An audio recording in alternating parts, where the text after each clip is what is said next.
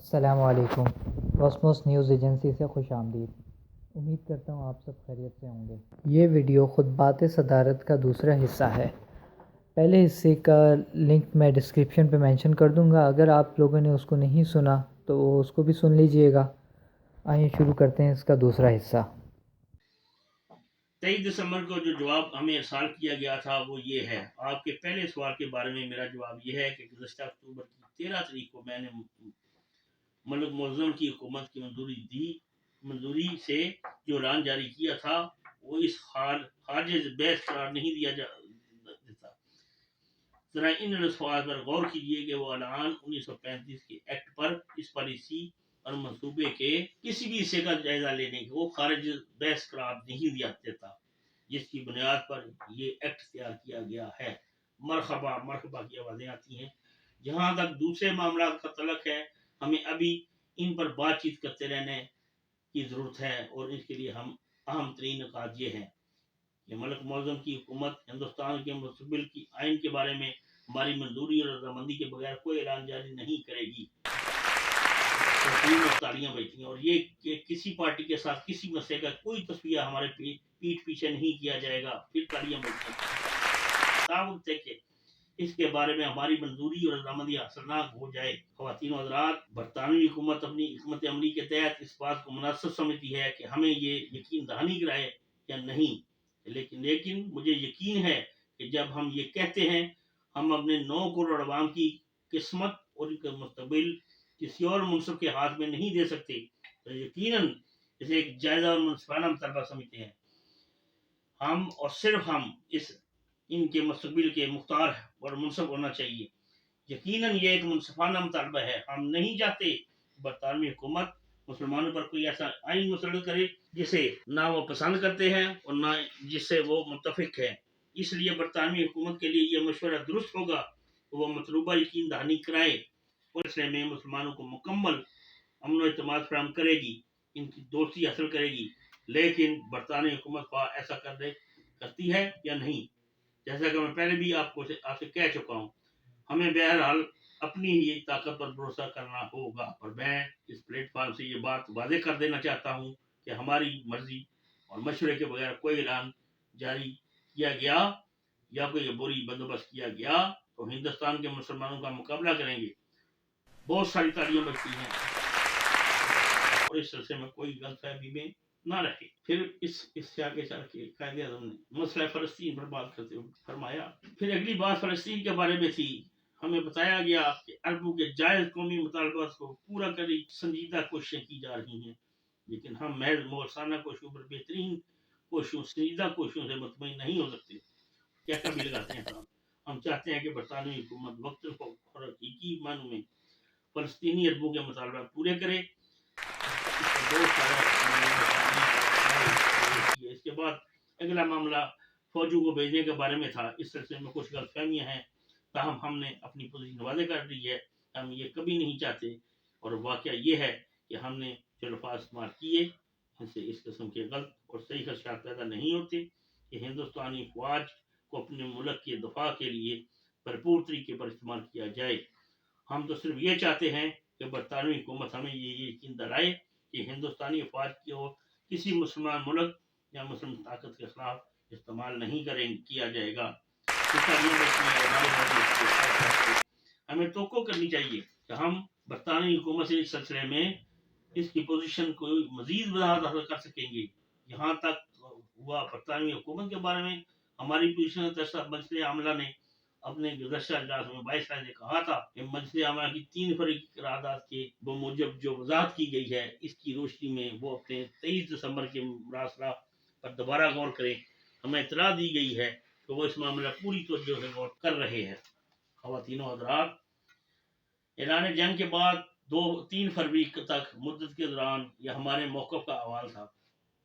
یہاں تک ہماری داخلی پوزیشن کا تعلق ہے، ہم اس کا بھی جائزہ لیتے رہے ہیں، اور آپ جانتے ہیں کہ متعدد ماہرین آئین اور ہندوستان کے مستقبل کے آئین سے دیکھنے والے بعد دوسرے لوگوں نے ہمیں کئی اسکیمیں بھیجی ہیں۔ ہم نے اب تک موصول ہونے والی اسکیموں کی تفصیلات کا جائزہ لینے کے لیے ایک سب کمیٹی قائم کر دی ہے، لیکن ایک بات بالکل واضح ہے کہ غلطی سے یہ بات تسلیم کی جاتی رہی ہے کہ مسلمان ایک اقلیت ہیں، اور یہ بات اتنے عرصے سے کہی جا رہی ہے کہ ہم اس کی عادی ہو چکے ہیں، اور اب اس غلط تصور کو ذہن سے محو کرنا بڑا مشکل ہو گیا ہے۔ حقیقتاً مسلمان اقلیت نہیں ہے، مسلمان ایک قوم ہے، اور تو قوم کی کوئی بھی تعریف کی جائے وہ اس پر پورے اترتے ہیں۔ انگریز اور خصوصاً کانگریس ہمیشہ یہی مفروضے کرتے چلے آئے ہیں کہ مسلمان ایک اقلیت ہیں، اور جیسا کہ بابو راجندر پرساد نے بھی کہا، آپ بہرحال ایک اقلیت ہیں، آپ چاہتے ہیں کیا ہیں، اقلیتیں اور کیا چاہتی ہیں، لیکن مسلمان ہرگز ایک اقلیت نہیں ہے۔ ہندوستان کے برطانوی نقشے کے مطابق بھی ہم اس ملک کے وسیع اور عریض رقبوں پر آباد ہیں، جہاں مسلمانوں کی اکثریت بنگال، پنجاب، شمال مغربی سرحدی صوبہ سندھ اور بلوچستان۔ اب سوال یہ ہے کہ ہندو اور مسلمانوں کے درمیان اس مسئلے کا بہترین حل کیا ہے؟ ہم اس پر غور کرتے رہیں گے، اور جیسا کہ میں نے پہلے بھی کہہ چکا ہوں کہ مختلف دور غور ہیں، ایک کمیٹی قائم کر دی گئی ہے، لیکن آئین کی جو بھی قطعی شکل سامنے آئے گی اپنے خیالات آپ کے سامنے پیش کروں گا، اور کچھ میں کہنے والا ہوں اس کی تائید میں لالا لاجپت رائے کا ایک خط پڑھ کر آپ کو سناؤں گا، جو انہوں نے مسٹر CR داس کو لکھا تھا۔ میرا خیال ہے کہ یہ خط 12-15 سال بھی پہلے لکھا گیا تھا، اور اب اسے ایک کتاب میں نقل کیا گیا ہے، جو ایک شخص اندر پرکاش نے حال ہی میں شائع کی ہے، اور یوں یہ خط منظر عام پر آیا ہے۔ یہ باتیں لالا لاجپت رائے نے کہی ہیں، جو بڑے ہی زیرک سیاستدان اور کٹر ہندو صوبائی تھے، لیکن اس سے قبل کہ یہ خط میں سناؤں، اس سے بات تو بالکل واضح ہے کہ اگر آپ ہندو ہیں تو ہندو ہی رہیں گے۔ کہا بھرپور کہا قوم پرست کا لفظ اب سیاسی شعبہ بازو کے ہاں محض ایک کھلونا بن چکا ہے۔ لالا لاجپت رائے کہتے ہیں، ایک اور بات بھی ہے جس نے مجھے ایک عرصے سے پریشان کر رکھا ہے، اور جس پر میں چاہوں گا کہ آپ بڑی احتیاط سے غور کریں، اور وہ ہے ہندو مسلم اتحاد کا مسئلہ۔ پچھلے چند مہینوں کے دوران میں نے اپنا بیشتر وقت مسلمانوں کی مسلمانوں کی قانون کے متعلق میں صرف کیا ہے، اور میں یہ سوچنے پر مجبور ہوں کہ ہندو مسلم اتحاد نہ تو ممکن ہے، نہ ہی مسلسل نہ ہی قابل عمل ہے۔ عدم اعتماد کی تحریک کے دوران مسلمان لیڈروں کے خلوص کا اعتراف کرنے کے باوجود میرا خیال ہے کہ ان کا مذہب اس قسم کی چیز کو ان کے لیے مؤثر طور پر ممنوع قرار دیتا ہے۔ آپ کو یاد ہوگا حکیم اجمل خان اور ڈاکٹر کچلور کے مطابق میں نے اپنی بات چیت کی روایات آپ کو کلکتہ میں سنائی تھی۔ حکیم اجمل خان سے اچھا اور کوئی مسلمان ہندوستان میں موجود نہیں، لیکن کوئی مسلمان رہنما قرآن کو مسترد نہیں کر سکتا۔ میں تو صرف یہ امید کرتا ہوں کہ کاش کہ اسلامی قانون کے متعلق میرا مطالعہ غلط ہو۔ میرا خیال ہے لالا لاجپت رائے کا مطالعہ بالکل غلط ہے، اس پر قائد محترم کھل کر کہتا لگاتے ہیں۔ وہ اپنے خط میں یہ کہتے ہیں، اگر مجھے یقین ہو جائے کہ اسلامی قوانین کے متعلق میرا مطالعہ غلط ہے تو اس سے بڑھ کر میرے لیے اطمینان کی بات اور کوئی نہیں ہو سکتی، لیکن اگر یہ درست ہے تو اس کا مطلب یہ ہے کہ ہم انگریزی کے خلاف تو متفق ہو سکتے ہیں، لیکن برطانوی طرز عمل کے مطابق ہندوستان پر حکومت کرنے کے لیے متحد نہیں ہوں گے۔ ہم ہندوستان میں جمہوری خطوط پر حکومت کرنے کے لیے ایسا نہیں کر سکتے۔ خواتین و حضرات، جب لالا لاجپت رائے نے کہا کہ ہم اس ملک میں جمہوری خطوط پر حکومت نہیں کر سکتے تو اس وقت یہ بات بالکل ٹھیک سمجھی گئی، لیکن 18 مہینے قبل جب پوری بے باکی کے ساتھ اسی حقیقت کا اظہار میں نے کیا تو میرے خلاف اعتراضات اور تنقید کا ایک طوفان اٹھ کھڑا ہوا۔ لیکن لالا لاجپت رائے نے 15 سال قبل یہ بات کہی کہ ہم ایسا نہیں کر سکتے، یعنی جمہوری خطوط ہندوستان میں حکومت نہیں کر سکتے۔ اور اس کا علاج کیا ہے؟ کانگریس کے خیال میں اس کا علاج یہ ہے کہ ہمیں اقلیت میں رکھا جائے اور اقلیتی حکومت کی ماتحتی میں رکھا ہے۔ لالا لاجپت رائے مزید کہتے ہیں، پھر اس کا علاج کیا ہے؟ اس میں 7 کروڑ مسلسل خوفزدہ نہیں ہوں، لیکن میرا خیال ہے کہ ہندوستان کے 7 کروڑ مسلمانوں کے ساتھ اگر افغانستان، وسطی ایشیا، عرب میسوپوٹامیہ اور ترکی کے مسلم لشکر شامل ہو گئے پر ان کا مقابلہ نہیں کیا جا سکے گا۔ اس موقع پر بھی قائد ملک نے کہا لگا، میں دیانتداری اور خلوص دل کے ساتھ ہندو مسلم اتحاد کے پر ایمان رکھتا ہوں، اسے اچھا سمجھتا ہوں۔ میں مسلمان لیڈروں پر اعتماد کرنے کے لیے بھی بالکل تیار ہوں، لیکن قرآن اور حدیث کے احکامات اور ہدایت کا کیا کیا جائے گا؟ مسلمان رہنما انہیں مسترد نہیں کر سکتے تو کیا میں پھر ہمارا مستقبل طریق ہے؟ मुझे उम्मीद है कि ऐसा हरगिज़ नहीं होगा। मैं तवक्को करता हूँ कि आपकी अक़लियत और आपकी फ़हम और फ़रासत इस मुश्किल का कोई ना कोई हल ज़रूर ढूँढ निकालेगी।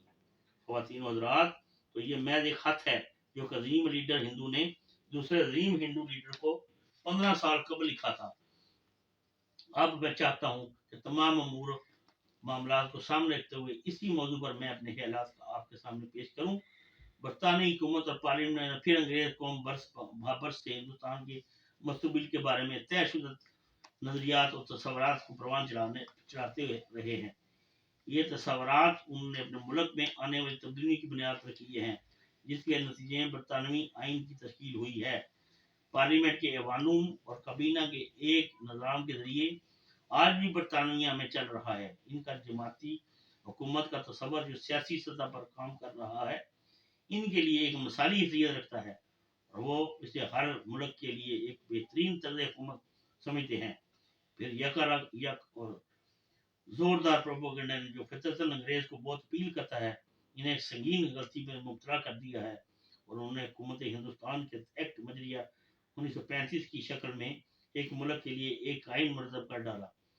हम देखते हैं कि बरतानिया के अजीम मुमताज़ तरीन दबरू ने जो इन नज़रियात से सरशार से अपने बयानात में बड़ी संजीदगी के साथ दावा किया है और इस उम्मीद का इजहार किया है, वक्त गुजरने के साथ साथ हिंदुस्तान के मुख्तलिफ और मुतज़ाद अनासर में हम आहंगी पैदा हो जाएगी।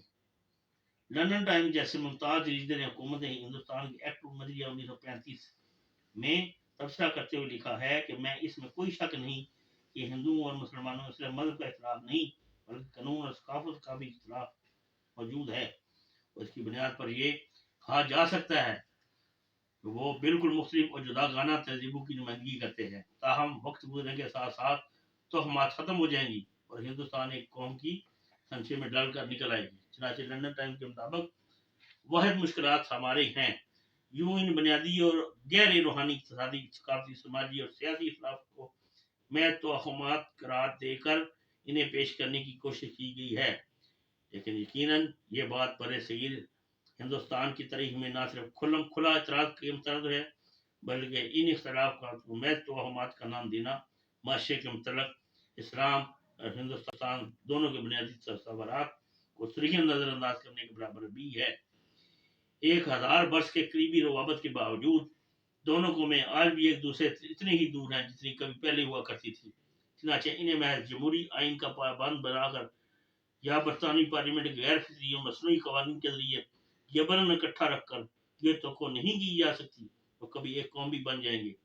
हिंदुस्तान की बादानी हुकूमत 150 वर्ष हासिल ना कर सकी, इसे एक वफाकी मरकजी हुकूमत मुस्तरद करके हासिल नहीं किया जा सकता। ये तस्वर भी नहीं किया जा सकता कि इस तरह कायम होने वाली हुकूमत मुल्क की मुख्तलिफ कौमों से अपने लिए ताकत के सिवा किसी बाजार रगबत भी इसका एतमाद और वफादारी हासिल कर सकेगी। हिंदुस्तान में मसला नौयत के अतबार से मुख्तलिफ फ़र्कों के दरमियान नहीं बल्कि वाज़ेह तौर पर मुख्तलिफ कौमों के दरमियान है और इसी तरह ओहदा बरा होना चाहिए। जब तक इस कलीदी और बुनियादी हकीकत का एहसास नहीं किया जाएगा, जो भी आइन तैयार होगा इसका नतीजा तबाही की सूरत में निकलेगा और वो ना सिर्फ मुसलमानों के लिए बल्कि अंग्रेजों और हिंदुस्तान के लिए भी तबाहकुन और नुकसानदेह होगा। अगर बरतानवी हुकूमत हकीकतन इस बरसगीर के लोगों के लिए संजीदगी और खलूस के साथ अमन और मसरत और शादमानी की हुआ है तो हम सब के लिए सिर्फ एक ही रास्ता खुला है, हिंदुस्तान को खुद मुख्तार कौमी मुमलिकतों में तकसीम कर दिया जाए और बड़ी बड़ी कौमों को अलग अलग वतन दे दिए जाए।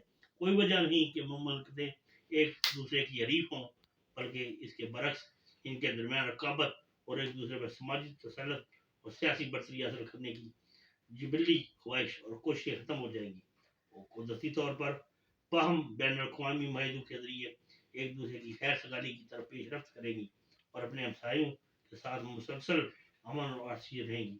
इससे ये भी होगा कि मुस्लिम हिंदुस्तान और हिंदू हिंदुस्तान के दरमियान दो तरफा इंतजाम के जरिए अगलियतों के बारे में अमूर और मसाइल को दोस्ताना तरीके पर और ज़्यादा आसानी से और आसान तरीके से तय कर सकेंगी और इस तरह मुसलमानों और दूसरी अक़लियतों के हकूक़ और मफादात का तहफ़्फ़ुज़ ज़्यादा बेहतर तौर और मौसर तौर पर किया जा सकेगा। ये समझना इंतहाई दुश्वार नज़र आता है कि हमारे हिंदू दोस्त इस्लाम और हिंदू उम्मत की असल फितरत से नोयत को क्यों नहीं समझते।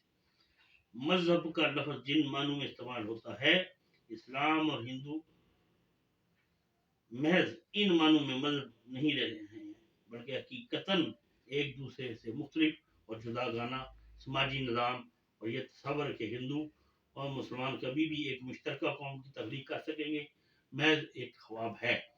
ये गलत तस्वर कि हिंदुस्तानी एक कौम है अपनी हदों से बहुत ज़्यादा तजावुज़ कर चुका है, और हमारी बेशतर मुश्किलात का असल सबब यही है।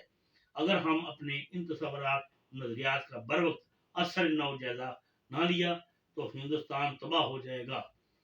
हिंदू और मुसलमान दो मुस्लिम मजहबों, फलसफों, समाजी रस्मों रवायात और अदब से तलक रखते हैं। वो ना तो बाहम शादियां करते हैं और ना ही एक दूसरे के साथ बैठकर खाते पीते हैं। हकीकतन वो दो मुख्तलिफ तंजीमों से तलक रखते हैं जिनकी बुनियाद बेशतर मुतसादम तस्वुरात और नज़रियात पर है। खुद जिंदगी और जिंदगी के बारे में इनके तस्वुरात बिल्कुल मुख्तलिफ हैं। ये बात वाज़ेह है कि हिंदू मुसलमान तारीख के मुस्लिम मम्मू से वलवला उमंग हासिल करते हैं। इनकी शाद की दास्तानें अलग हैं, इनके मुशाहिर मुख्तलिफ, इनके कुछ से जुदा। इन अक्सर सूरतों में वो एक कौम का हीरो दूसरी कौम का दुश्मन है। इस तरह एक कौम के वतवार दूसरी कौम की शिकस्त में एक ममलकत में दो ऐसी कौमें पर एक कौम का जवाब रखने से, जिनमें एक कौम अददी अकलियत और दूसरी अददी असलियत से है, इनके दरमियान बदतमादी और ज़्यादा बढ़ेगी, और बिलाहर इस ममलकत की हुकूमत के लिए जो ढांचा तैयार होगा वो तबाही की नजर हो जाएगा।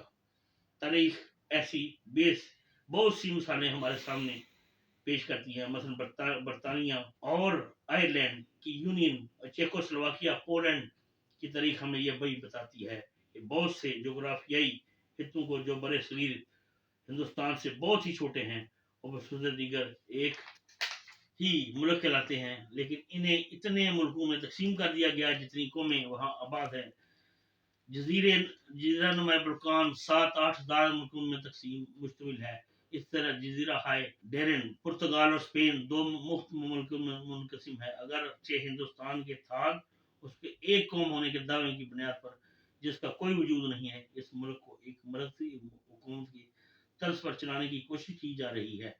हालांकि हम जानते हैं कि पिछले 12 साल की तारीख में हिंदुस्तान के कभी भी इत्तेहाद नसीब ना हुआ, और इस सारे ज़माने में हिंदुस्तान हमेशा हिंदुस्तान और मुस्लिम हिंदुस्तान में मुनक़सिम रहा।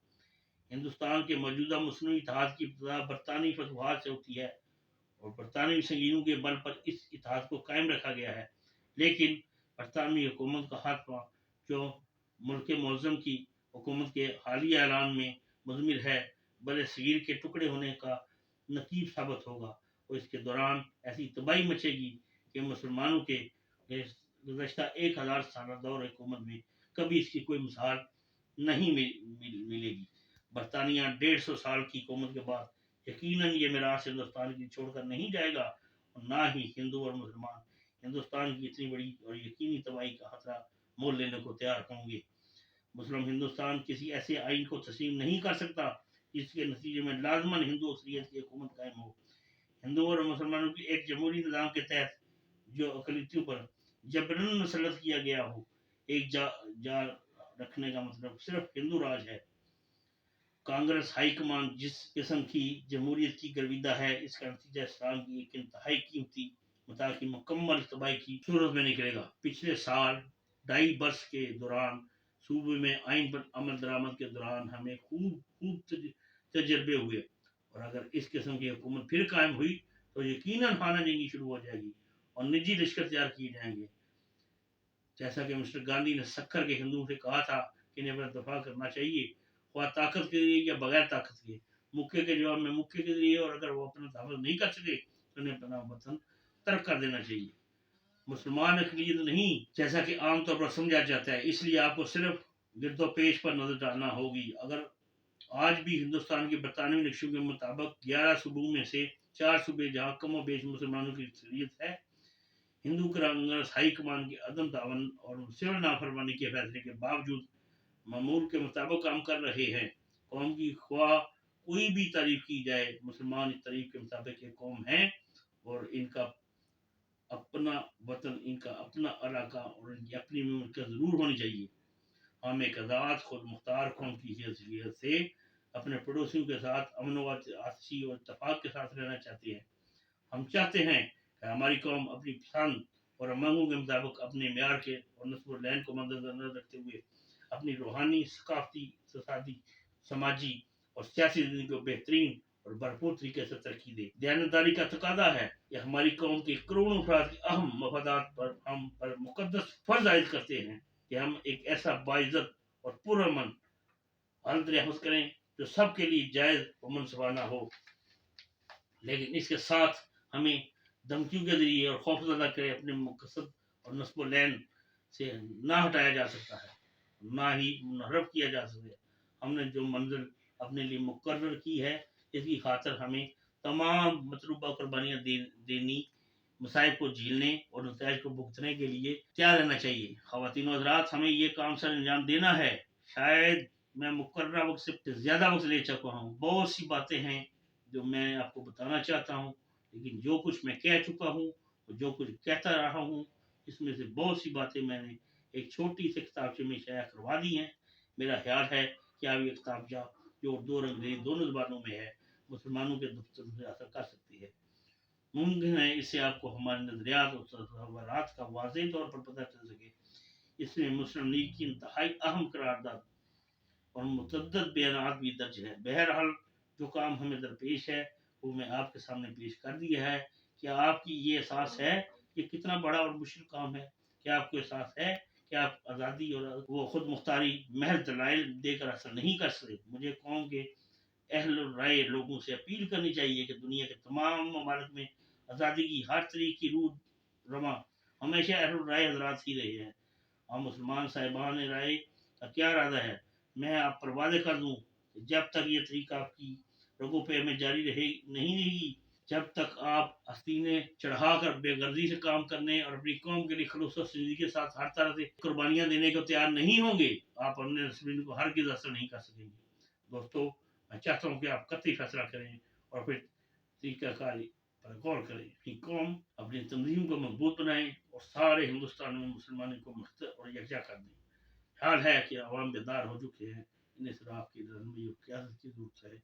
इस्लाम के खात्मों की हैसियत से आगे बढ़े, इक़्तिसादी, समाजी, तलीमी और सियासी हादसे ने मुनज़्ज़म कीजिए। मुझे यकीन है कि आप एक ऐसी ताकत होंगे जिसे हर एक मानेगा और मानने के लिए तैयार हो इंशाअल्लाह। इसके बाद तालियां और नारे पाकिस्तान जिंदाबाद। खुतबात सदारत इख्तिताम पजीर हुए। हमारी इस वीडियो को लाइक ज़रूर कीजिएगा, शेयर कीजिएगा और हमारे चैनल को सब्सक्राइब कीजिएगा। बहुत शुक्रिया। अल्लाह हाफ़िज़। पाकिस्तान जिंदाबाद।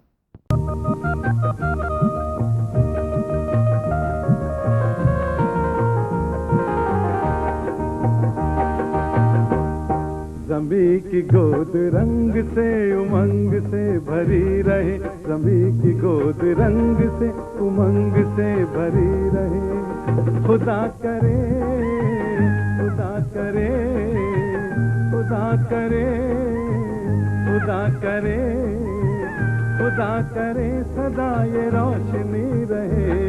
ज़मीं की गोद रंग से उमंग से भरी रहे, ज़मीं की गोद रंग से उमंग से भरी रहे।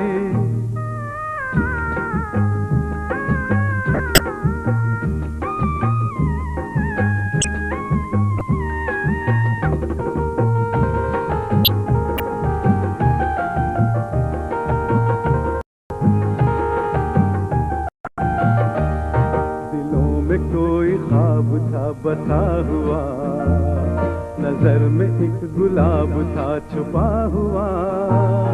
दिलों में कोई ख्वाब था बसा हुआ, नजर में एक गुलाब था छुपा हुआ।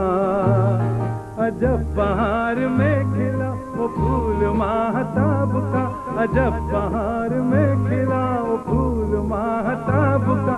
یہ تازگی یہ زندگی یہ چاندنی خدا کرے خدا کرے خدا کرے سدا یہ چاندنی رہے زمین کی گود رنگ سے امنگ سے بھری رہے زمین کی گود رنگ سے امنگ سے بھری رہے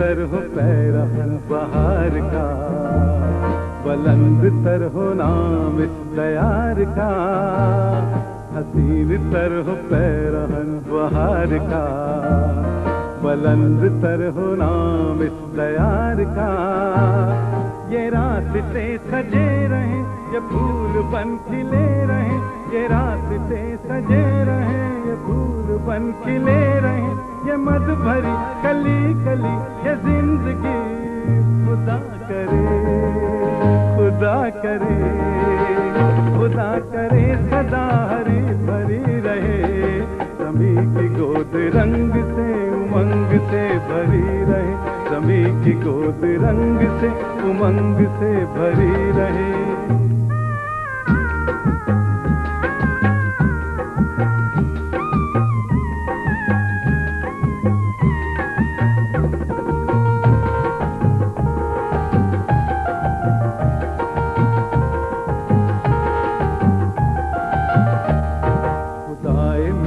باقی نشانیاں رواں دواں یہ رنگ رنگ بدلیاں خدائے مہرباں کی یہ نشانیاں رواں دواں یہ رنگ رنگ بدلیاں وہ بدلیوں کی اوٹ سے پکارتی ہے کہکشاں وہ بدلیوں کی اوٹ سے پکارتی ہے کہکشاں یہ بدلیاں یہ آسماں یہ کہکشاں خدا کرے خدا کرے خدا کرے یہ کہکشاں سجی رہے زمین کی گود رنگ سے امنگ سے بھری رہے زمین کی گود رنگ سے امنگ سے بھری رہے خدا کرے خدا کرے خدا کرے خدا کرے خدا کرے سدا یہ روشنی رہے زمین کی گود رنگ سے امنگ سے بھری رہے زمین کی گود رنگ سے امنگ سے بھری رہے